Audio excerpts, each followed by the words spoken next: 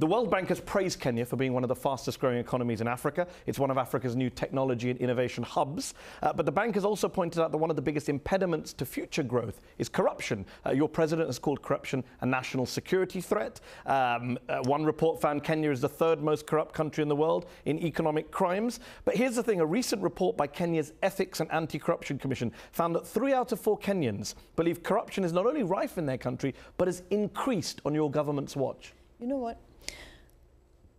Don't hold us, don't punish us for doing the right thing. Don't do that, right? These are our own reports. These are our own reports, right? We are self-retrospecting. We are self-reflecting. And we are putting institutions in place, multi-agency institutions. We're putting all sorts of systems in place to fight that. So don't punish us for doing the right thing. Who's punishing you? So if you read that we have said this, right?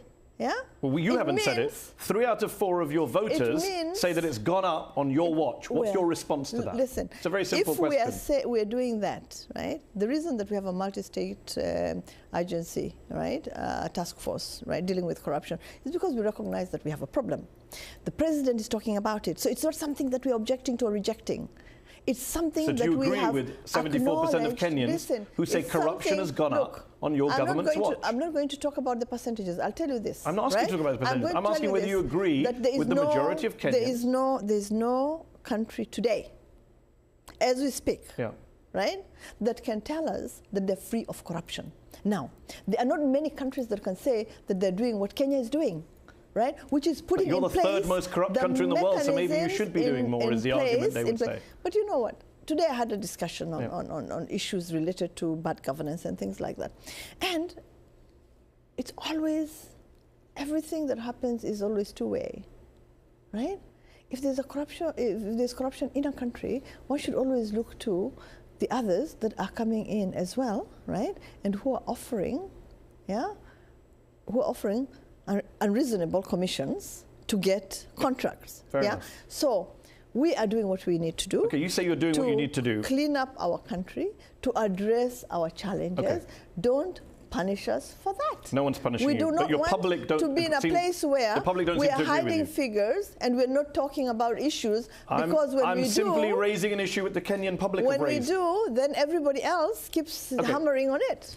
Kenya's most respected, perhaps most respected, most well-known anti-corruption campaigner, John Githongo, wrote in Newsweek magazine earlier this year, after noting the Eurobond commercial loan scandal where $1 billion is believed to have gone missing in your country. He wrote that your government, the government of President Kenyatta, is, quote, the most corrupt regime in Kenya's history. Let me tell you something else about my country. That's a scathing indictment. Let me tell you something else about my country, right?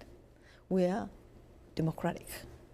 Everybody has the right to their opinions, to their expressions, to freedoms to and his opinion is yours is the most corrupt regime in the history of Kenya. That's his opinion. One of the country's best-known anti-corruption campaigners. That's his opinion. That's his opinion. It doesn't bother you? No.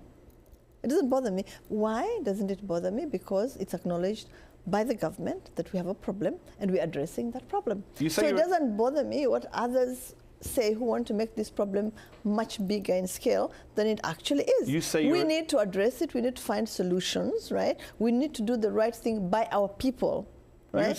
You say you're addressing the problem. Kenya's own Auditor General said in early September that around $2 billion of that controversial Eurobond fund has not been accounted for. 2 years after you said it had been accounted for.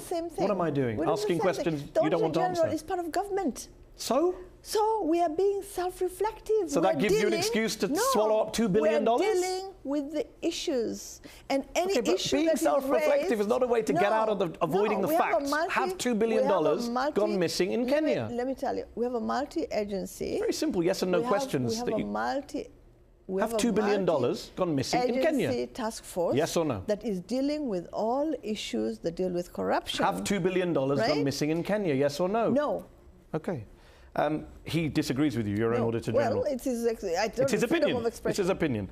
I respect everybody's freedom to say what they need to say.